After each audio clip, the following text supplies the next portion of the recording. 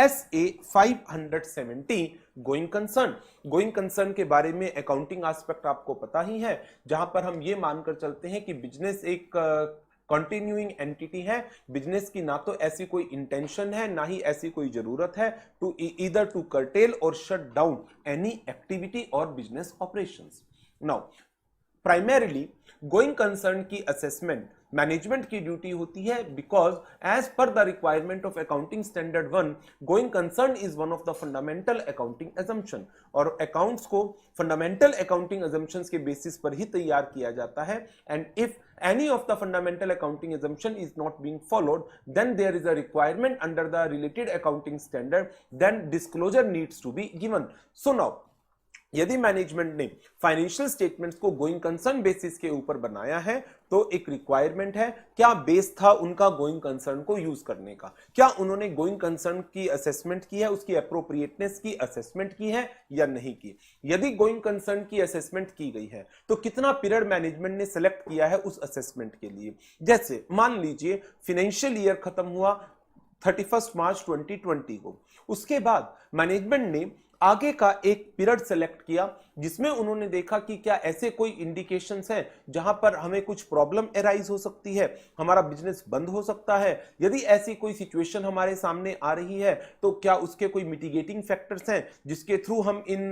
Problems को resolve कर सकें। तो मैनेजमेंट को ये सारी असेसमेंट करनी होती है, और इस असेसमेंट के लिए उनको कम से कम आगे का 12 महीने का पीरियड चूज करके रखना है। जैसे 31 मार्च 2020 को फाइनेंशियल ईयर खत्म होता है, तो उनको अप टू 31 मार्च 2021 तक 12 महीने तक financial indicator, operating indicator and all other indicators उनको कंसीडर करके चलना है कि क्या ऐसा कोई भी इंडिकेशन है कि जिसके कारण हमारा बिजनेस अफेक्ट हो सकता है। लाइक रॉ मटेरियल की शॉर्टेज हो सकती है, या लेबर अवेलेबिलिटी में प्रॉब्लम आएगी। जैसे जो लॉकडाउन का पीरियड था, मार्च में स्टार्ट हुआ, उसके बाद जुलाई, अगस्त, सितंबर चलता रहा वो कुछ समय तक। तो नाउ ऐसी सिचुएशन में मैनेजमेंट को देखना है कि क्या हम सरवाइव कर पाएंगे या नहीं कर पाएंगे। इस लॉकडाउन के कारण बहुत industries like hotel industry, tourism industry, aviation industry काफी एडवर्सली अफेक्ट हुई है। तो उसके अंदर जैसे छोटे छोटे होटल्स हैं या कोई टूरिस्ट ऑपरेटर है, टूरिज्म की कंपनीज हैं, तो उनको इस एनालिसिस को करना ही पड़ेगा कि क्या वो अपने बिजनेस को कंटिन्यू कर पाने में कामयाब होंगे या नहीं होंगे। And at the same time जो मैन्युफैक्चरिंग कंसर्न्स है उनके लिए लेबर एक कॉज बन सकती है, सप्लाई चेन डिस्टर्ब हो गई है, क्या वो मैनेज हो पाएंगी सब चीजें या नहीं हो पाएंगी। ये सारा काम करना किसकी ड्यूटी में आता है, ये सारा काम करना मैनेजमेंट की ड्यूटीज में आता है। ऑडिटर की ड्यूटी क्या है, ऑडिटर चेक करेगा क्या मैनेजमेंट ने गोइंग कंसर्न की एप्रोप्रिएटनेस को असेस किया है। यदि असेस किया है तो मैनेजमेंट ने किन किन फैक्टर्स को कंसीडर किया है इस असेसमेंट को करने के लिए। क्या मैनेजमेंट की असेसमेंट एप्रोप्रिएट थी, क्या मैनेजमेंट ने कम से कम 12 महीने का पीरियड सेलेक्ट किया। यदि मैनेजमेंट ने 12 महीने से कम पीरियड को सिलेक्ट किया तो ऑडिटर के रिस्पॉन्स क्या होंगे। यदि मैनेजमेंट ने गोइंग कंसर्न की एप्रोप्रिएटनेस की असेसमेंट ही नहीं की तो किस बेसिस पर बुक्स को बनाया गया है, ऑडिटर किस तरीके से इन चीजों को इंश्योर करेगा कि गोइंग कंसर्न की एजम्पशन आपने ली है बट आपने उसकी असेसमेंट तो की नहीं है, तो उसके ऊपर ऑडिटर के प्रोसीजर्स क्या होंगे। और यदि ऑडिट करते वक्त उसने जब स्केप्टिसिज्म एक्सरसाइज की तो क्या उसकी नॉलेज में कोई ऐसे इंडिकेशंस आए जिसके कारण ये लगे कि गोइंग कंसर्न की एप्रोप्रिएटनेस एप्रोप्रिएट नहीं है, गोइंग कंसर्न अजम्पशन को यूज करना एप्रोप्रिएट नहीं है, तो ऐसी सिचुएशन में उसको क्या एडिशनल प्रोसीजर्स परफॉर्म करने चाहिए। सो इस स्टैंडर्ड के अंदर जो हमारा मेन वर्क आ जाता है वो ऑडिटर के प्रोसीजर्स के ऊपर है। ऑडिटर के प्रोसीजर्स जिसमें हम उसका एक रिस्क असेसमेंट प्रोसीजर, जिसके अंदर उसको एक अंडरस्टैंडिंग लेनी है how the management assess the going concern, management ने किन फैक्टर्स को कंसीडर किया है, क्या पीरियड मैनेजमेंट ने सेलेक्ट किया है, वो सब चीजें मुझे उनकी अंडरस्टैंडिंग लेनी है और उसके लिए मैं मैनेजमेंट से इंक्वायरी कंडक्ट कर सकता हूं। And after obtaining that understanding, जो यदि मेरे सामने कुछ सिचुएशंस आए, मैनेजमेंट ने गोइंग कंसर्न असेस नहीं किया, मैनेजमेंट ने 12 महीने से कम का पीरियड लिया, या मैनेजमेंट ने गोइंग कंसर्न असेस किया लेकिन उनकी जो असेसमेंट है उसके अंदर कुछ चैलेंजेस हैं, तो उनके ऊपर मेरे क्या रिस्पॉन्स होंगे, वो सब इसमें इस स्टैंडर्ड के अंदर हमें कवर अप करना है। सो स्टार्ट करते हैं। गोइंग कंसर्न का पहला प्रोसीजर, ऑडिटर का पहला प्रोसीजर जो है रिस्क असेसमेंट प्रोसीजर। इसके अंदर ऑडिटर को क्या करना है, auditor should obtain an understanding of events and conditions that may cast significant doubt over the appropriateness of going concern basis of accounting. Auditor need to inquire the management as to management ने कैसे going concern की assumption की appropriateness को assess किया, कितना period management ने select किया था इसकी appropriateness को assess करने के लिए, and the factors that are being considered by the management for the assessment of going concern.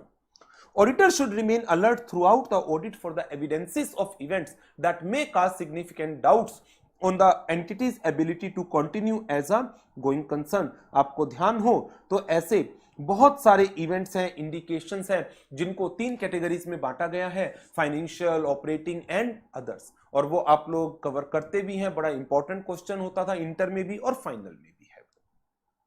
Auditor के रिस्पॉन्स, ऑडिटर का पहला रिस्पॉन्स, सिचुएशन नंबर 1, मैनेजमेंट ने गोइंग कंसर्न की एप्रोप्रिएटनेस को असेस ही नहीं कर रखा है। मैनेजमेंट से पूछिए आपने किस बेसिस पर फाइनेंशियल स्टेटमेंट्स को बनाया है। Ask the management the basis, आप किस बेस पर गोइंग कंसर्न को यूज करने की इंटेंशन रखते हैं। जैसे मैंने पहला क्वेश्चन मैनेजमेंट से पूछा, आपने फाइनेंशियल स्टेटमेंट गोइंग कंसर्न पर बनाई है या लिक्विडेशन बेसिस पर बनाई है। मैनेजमेंट का कहना आपका दिमाग खराब हो रहा है, हमारी कंपनी सरवाइव करेगी, हम क्यों लिक्विडेशन बेस यूज करेंगे। अच्छा ठीक है, आपने गोइंग कंसर्न बेस पर बनाया, ठीक। अच्छा, गोइंग कंसर्न यूज कर रहे हैं आप, कैसे असेस किया, असेसमेंट की क्या जरूरत है, सब कुछ ठीक चल रहा है, आज सब कुछ ठीक चल रहा है, अगले 12 महीने में ठीक चलेगा इसकी क्या गारंटी है। अगले 12 महीने में आपके सामने क्या क्या चैलेंजेस हैं, क्या वो आपने असेस किए। मैनेजमेंट से पूछिए किस बेस पर गोइंग कंसर्न यूज करना चाह रहे हो।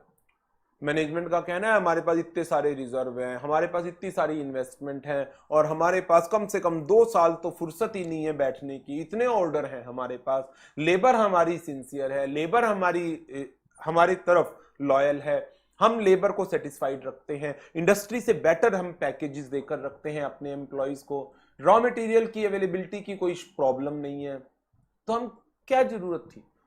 तो मैंने भी कहा यही तो होता है गोइंग कंसर्न में, और होता क्या है। अच्छा ठीक है, फिर अब मैनेजमेंट ने कोई फॉर्मल तरीके से असेसमेंट नहीं की, डिस्कशन के बेसिस पर आप अपने प्रोसीजर्स को डिटरमाइन कर लो, आपको कैसे परफॉर्म करना है आगे जाकर। एक तो इसके ऊपर केस स्टडी बन सकती है जब मैनेजमेंट ने गोइंग कंसर्न को असेस नहीं किया।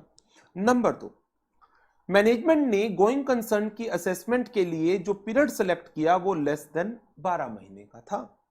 अब मैनेजमेंट से रिक्वेस्ट करिए आप रीअसेस करो for a minimum period of 12 month, कम से कम 12 महीने की असेसमेंट तो कर लो कि आपका फाइनेंशियल ईयर 31 मार्च 2020 को खत्म हो रहा है, तो मैं आपसे रिक्वेस्ट कर रहा हूं 31 मार्च 2021 तक आप गोइंग कंसर्न की एप्रोप्रिएटनेस को असेस कर लीजिए।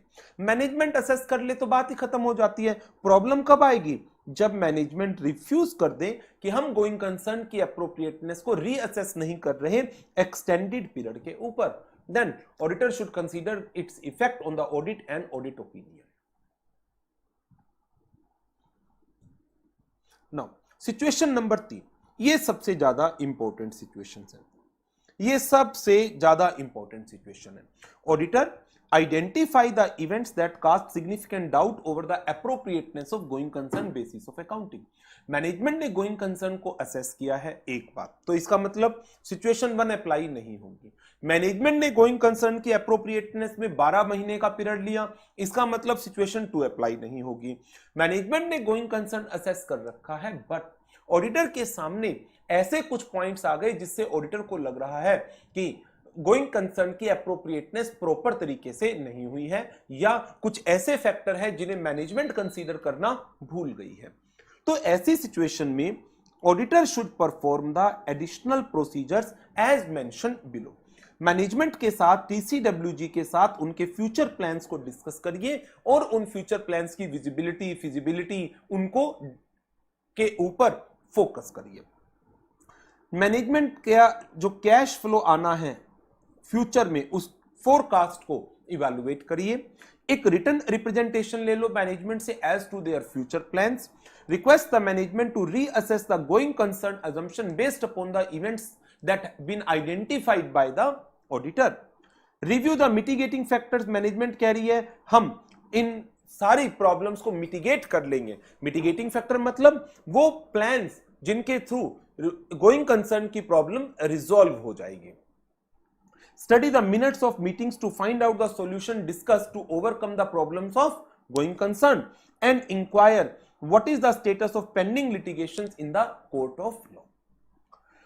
ये 3 स्पेशल सिचुएशन थी जो ऑडिटर को के सामने आ सकती है। मैनेजमेंट ने गोइंग कंसर्न असेस नहीं किया, या असेस किया तो जो पीरियड है वो 12 महीने से कम का है, पीरियड भी मान लीजिए 12 महीने या उससे ज्यादा का है, लेकिन प्रॉब्लम है। और प्रॉब्लम क्या, मैनेजमेंट ने कुछ इवेंट्स को कंसीडर नहीं किया था, ऑडिटर को डाउट्स है।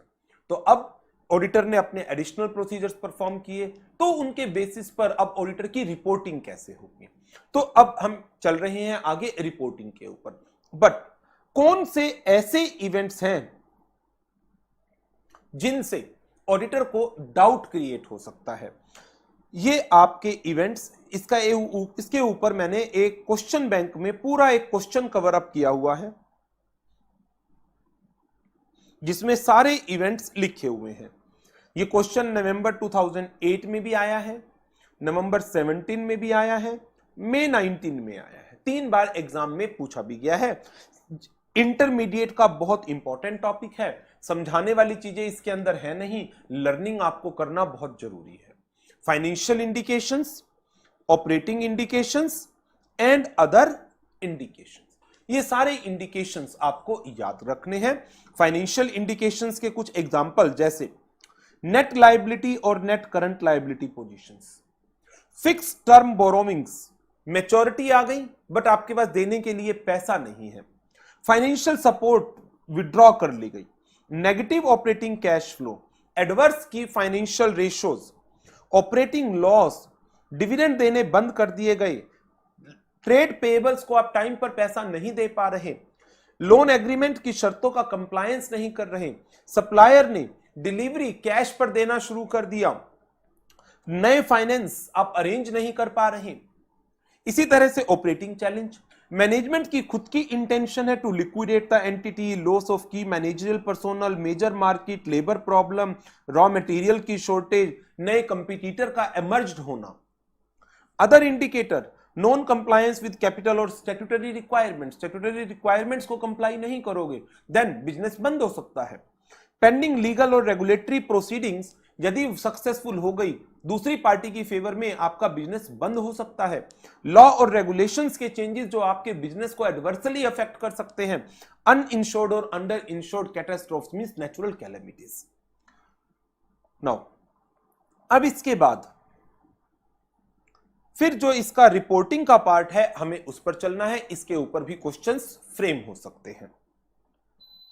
Based on the audit procedures performed and audit evidences collected, auditor is required to conclude as to the appropriateness of going concern basis of accounting and report accordingly. Auditor को conclusion लेना है going concern basis of accounting का और accordingly report करना है। Conclusion, auditor ने कहा going concern गलत है जी, आपका गलत है तो ठीक है ना, एडवर्स ओपिनियन दे दीजिए। ऑडिटर ने कहा गोइंग कंसर्न ठीक है, लेकिन क्या कोई अनसर्टेनिटी है? ना, कोई अनसर्टेनिटी नहीं है, सब कुछ ठीक है। सब कुछ ठीक है तो अनमोडिफाइड ओपिनियन दो। सब कुछ ठीक नहीं है, अनसर्टेनिटी एग्जिस्ट करती है, हां वो बात अलग है, मिटिगेटिंग फैक्टर एग्जिस्ट करते हैं जिसके कारण आप इस अनसर्टेनिटी में सरवाइव कर पाएंगे। तो अब ओपिनियन तो क्या होगी, अनमॉडिफाइड ही होगी, क्योंकि आपने कहा गोइंग कंसर्न एप्रोप्रिएट है, ओपिनियन तो अनमॉडिफाइड होगी, लेकिन क्या आपने इन अनसर्टेनिटी के डिस्क्लोजर दिए या नहीं दिए? आपने यदि इनके डिस्क्लोजर्स दे दिए तो आप अनमॉडिफाइड ओपिनियन दे दें, साथ में रिपोर्ट में एक पैरा डाल दें जिसको हम क्या नाम देते थे, MURG का, material uncertainty relating to going concern. लेकिन यदि एप्रोप्रिएट डिस्क्लोजर्स नहीं दिए गए या डिस्क्लोजर्स दिए ही नहीं गए, ईदर डिस्क्लोजर्स नॉट गिवन और disclosures given are not appropriate, then एक मॉडिफाइड ओपिनियन दे दीजिए, ईदर क्वालिफाइड और एडवर्स, ईदर क्वालिफाइड और एडवर्स। सो ये था हमारा SA 570। नो अब इसके कुछ क्वेश्चंस भी देख लें साथ साथ, एक दो क्वेश्चन इसके काफी इंपॉर्टेंट है, मैं आपके साथ डिस्कस कर रहा हूं। कौन सा है वो क्वेश्चन,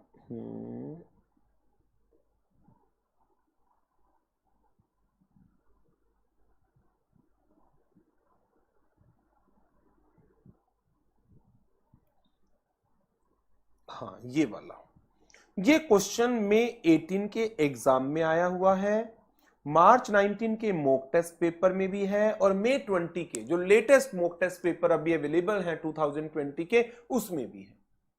और यहां पर मेरा आंसर इंस्टीट्यूट के आंसर से वेरी करता है, उसका कारण क्या है वो मैं आपके साथ डिस्कस कर रहा हूं और इसीलिए मैंने इस क्वेश्चन को उठाया है डिस्कशन के लिए।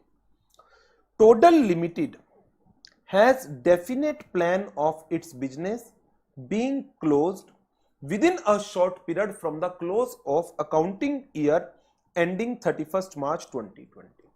इनका एक डेफिनेट प्लान है, फाइनेंशियल स्टेटमेंट्स बनाई गई सेम बेसिस पर जिस पर वो पुराने पीरियड में बनाई गई थी, मींस गोइंग कंसर्न, जिसमें एक नोट दे दिया गया और वो नोट क्या दिया गया कि जो बिजनेस है it shall cease in near future, shall cease and asset shall be disposed of. Statutory auditor indicate this matter as a key audit matter only as to a possible cessation of business। and आपसे पूछा गया आप कैसे comment करेंगे। मुझे पहले सबसे पहले आप लोग सोचिए और विचार करिए, क्या इस कंपनी में गोइंग कंसर्न को यूज करना चाहिए था? पहला क्वेश्चन, कंपनी का डेफिनेट प्लान है और नियर फ्यूचर में वो बिजनेस बंद करने वाले हैं with in a short period. तो क्या इसका मतलब ये नहीं बन रहा कि ये बिजनेस बंद होना डिसाइडेड है, मैनेजमेंट फाइनल डिसीजन ले चुकी है? जब मैनेजमेंट इसका फाइनल डिसीजन ले चुकी है तो इसकी फाइनेंशियल स्टेटमेंट मेरी ओपिनियन है लिक्विडेशन बेसिस पर बननी चाहिए और मुझे लगता है आप लोग भी शायद इस बात को एग्री करेंगे। यदि ये फाइनेंशियल स्टेटमेंट लिक्विडेशन बेसिस पर बननी चाहिए थी और मैनेजमेंट ने इसको बनाया गोइंग कंसर्न पर, तो गोइंग कंसर्न इनएप्रोप्रिएट है, ऑडिटर को एडवर्स रिपोर्ट इशू करनी चाहिए। ये मेरा आंसर है। मेरे हिसाब से यहां पर एक एडवर्स ओपिनियन इशू होनी चाहिए। हाउएवर इंस्टीट्यूट का आंसर ऑल टुगेदर डिफरेंट है और वो कहते हैं कि हां ये एक की ऑडिट मैटर है। मैं भी कह रहा हूं कि ये की ऑडिट मैटर है, मैंने भी मना नहीं किया कि ये की ऑडिट मैटर नहीं है, लेकिन जब आप SA 701 को और 570 को दोनों को साथ साथ पढ़ते हैं तो क्लियरली मेंशन है SA 701 में कि यदि गोइंग कंसर्न का मैटर है वो डेफिनेटली एक की ऑडिट मैटर है और रिपोर्टिंग एज पर SA 570 होगी, रिपोर्टिंग एज पर SA 570 होगी। की ऑडिट मैटर के अंदर रिपोर्टिंग नहीं आएगी। की ऑडिट मैटर पैरा में तो आप रेफरेंस दे देंगे सिर्फ उस पैरा का, बट रिपोर्टिंग तो गोइंग कंसर्न के ऊपर जाएगी। और इस केस में क्या, इस केस में मटेरियल अनसर्टेनिटी है। इंस्टीट्यूट ने जो इस केस में माना, इन्होंने कहा मटेरियल अनसर्टेनिटी एग्जिस्ट करती है और जिसके डिस्क्लोजर्स दे दिए गए हैं। मैंने भी माना ये दोनों बातें सही हैं, मटेरियल अनसर्टेनिटी एग्जिस्ट करती है, डिस्क्लोजर दे दिए गए हैं, बट उन सबसे ऊपर एक पॉइंट होता था, ये मटेरियल अनसर्टेनिटी और गोइंग कंसर्न एप्रोप्रिएट है, मटेरियल अनसर्टेनिटी है और गोइंग डिस्क्लोजर दे दिए गए, डिस्क्लोजर दे दिए गए। तो स्टडी मटेरियल कहता है या सजेस्टेड आंसर कहते हैं अनमोडिफाइड ओपिनियन दे दो विद MURG, बट मेरा कहना यह है कि ये पॉइंट इस पर बेस्ड है, ये पॉइंट इस पर बेस्ड है और ये पॉइंट इस पर बेस्ड है और ये एग्जिस्ट नहीं करता उस क्वेश्चन में। गोइंग कंसर्न एप्रोप्रिएट है ही नहीं, गोइंग कंसर्न तो इनएप्रोप्रिएट है, ये पॉइंट ही नहीं है तो मैं आगे वालों को देखूं क्या, सोचने वाली बात है। मैंने इसीलिए इस क्वेश्चन को उठाया कि ये क्वेश्चन मैं आपके साथ डिस्कस कर लूं। रीजन क्या है कि यहां पर मेरा आंसर और इंस्टीट्यूट का आंसर पूरी तरह से डिफर कर रहा है। अब आप एग्जाम में क्या आंसर देकर आएंगे वो आपकी चॉइस है, वो आपकी चॉइस है। मैंने आपको बता दिया कि मेरे हिसाब से इसमें एडवर्स ओपिनियन होनी चाहिए थी, लेकिन ये क्वेश्चन एग्जाम में आया, फिर एमटीपी में आया और लेटेस्ट एमटीपी में भी आया है और उसमें भी इंस्टीट्यूट अपने व्यू पर कायम है। वो शायद इसलिए है कि मैंने ना तो इंस्टीट्यूट को ना मैंने बताया, ना ही किसी और ने बताया होगा, शायद ना ही आप लोगों में से किसी ने बताया।